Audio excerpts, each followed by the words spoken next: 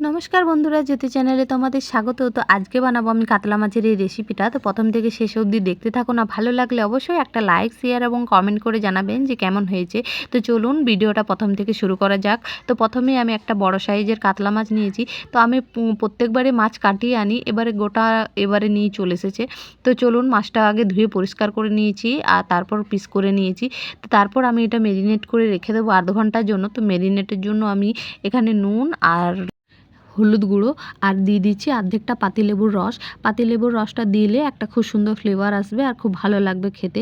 তো অবশ্যই আপনারা এরকম করে ম্যারিনেট করবেন আর তারপর রেখে দেবেন আধ ঘন্টার জন্য। তো তার মধ্যে খুব সুন্দর একটা টেক্সচার চলে আসবে।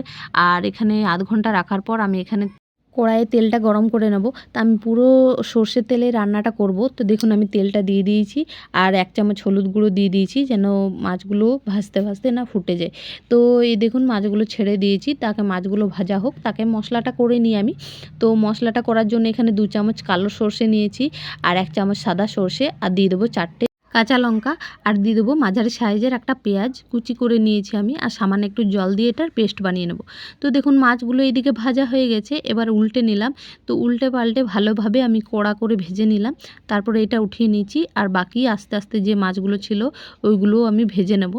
তো চলুন, মাছ ভাজাটা তো প্রায় কমপ্লিট হয়ে এসেছে। এবার আমার কড়াইয়ে যে তেলটা বেঁচেছে আমার এতটা তেল লাগবে না, কিছুটা কমিয়ে নেব।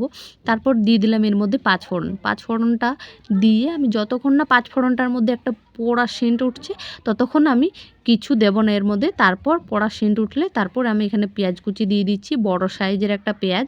তারপর পেঁয়াজটা ভাজতে ভাজতে যখন কালারটা একদম ব্রাউন কালার হয়ে যাবে তারপরে আমি এখানে লম্বা করে কেটে রাখা এখানে 2টো টমেটো নিয়েছি। টমেটোটা একটু বেশি করে দিলাম কারণ তাহলে একটু টকটক ফ্লেভারটা আসবে। আর এখানে দিয়ে দিচ্ছি নুন আর স্বাদ মতো, আর দিয়ে দেবো 1 চামচ হলুদ গুঁড়ো, 1 চামচ জিরের গুঁড়ো আর দিয়ে দিচ্ছি কাশ্মীরি লাল লঙ্কার গুঁড়ো।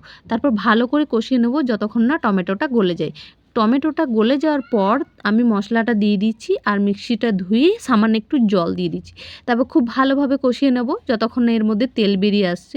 তো দেখুন কষানো হয়ে গেছে, এবার আমি এর মধ্যে আরও 4টে চেরা কাঁচা লঙ্কা দিয়ে দিলাম। তারপর দিয়ে দেবো পরিমাণ মতো জল। পরিমাণ মতো জলটা আপনারা নিজেদের আন্দাজ মতো দেবেন। তারপর দেখুন ভালোভাবে নিয়ে এটা আমি ফুটতে দেব। নেড়ে চেড়ে এটা ফুটতে দিয়ে দিয়েছি। তো দেখুন ভালোভাবে ফুটে গেছে, এবার মাছগুলো আমি এক এক করে এর মধ্যে দিয়ে দিলাম। তারপর আরও কিছুক্ষণ আমি এটা ফুটিয়ে নেব, তারপর গ্যাসের ফ্লেমটা বন্ধ করে দেবো। তো মাছগুলো আমি ভালোভাবে ডুবিয়ে দিলাম। তো দেখুন গ্রেভিটা এখনই এতটা সুন্দর হয়ে আছে যা আর ফোটানোর মনে হচ্ছে দরকারই পড়বে না। কিন্তু না, মাছগুলোর মধ্যে যেন মশলাটা ঢোকে তার জন্য আরও কিছুক্ষণ ফোটাতে হবে। তো ভালোভাবে আমি ফুটিয়ে নিচ্ছি মাছগুলো দেওয়ার পর। তারপর আমি গ্যাসের ফ্লেমটা বন্ধ করে দেবো। তো আমি এখানে কোনো ধনেপাতা দিইনি, আপনারা চাইলে দিতে পারেন, ও সেটার কোনো প্রবলেম নেই। তো দেখুন এবারে লাস্ট আমি এটা একটা বাটির মধ্যে ঢেলে নিয়েছি। তো দেখুন কত সুন্দর হয়েছে গ্রেভিটা আর মাছটাও খুব সুন্দর হয়েছে খেতে। আপনারা একবার করে অবশ্যই দেখবেন, খুবই ভালো লাগবে। তো আজকের মতো ভিডিওটা এখানেই বন্ধ করছি। সবাই টাটা।